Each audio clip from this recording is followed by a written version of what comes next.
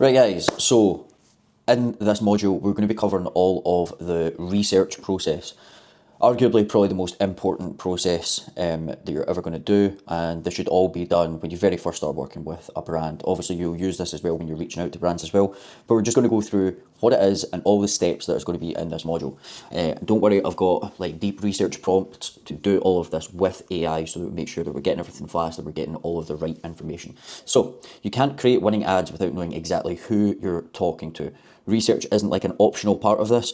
It's the difference between a winning ad and a losing ad. We really need to know who we're reaching out to, what they've tried before, all of their we need to know everything, okay? So we've got one prompt, and this is probably the most important part, which is market awareness levels.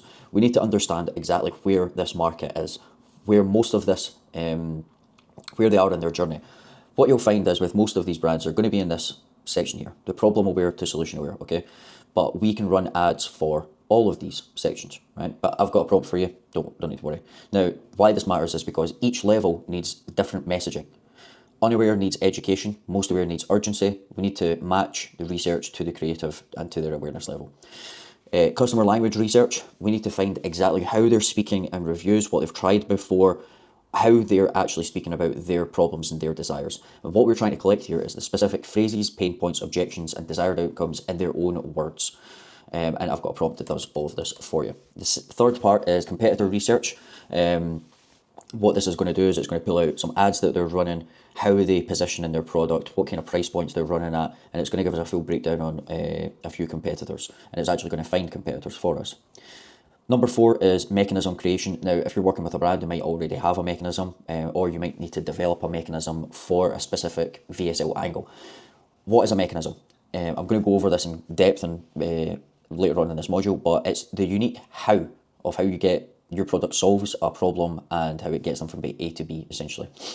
Now, it's broken up into 2 parts. The unique mechanism of the problem, that's the real reason why they're experiencing what they're experiencing. And then number 2 is the unique mechanism of the solution, and that's kind of your product's mechanism. How does it differ to everything else that they've tried? And what that turns into is the unique mechanism. The mechanism makes our product feel fresh, even in a crowded market. It's what makes you stand out.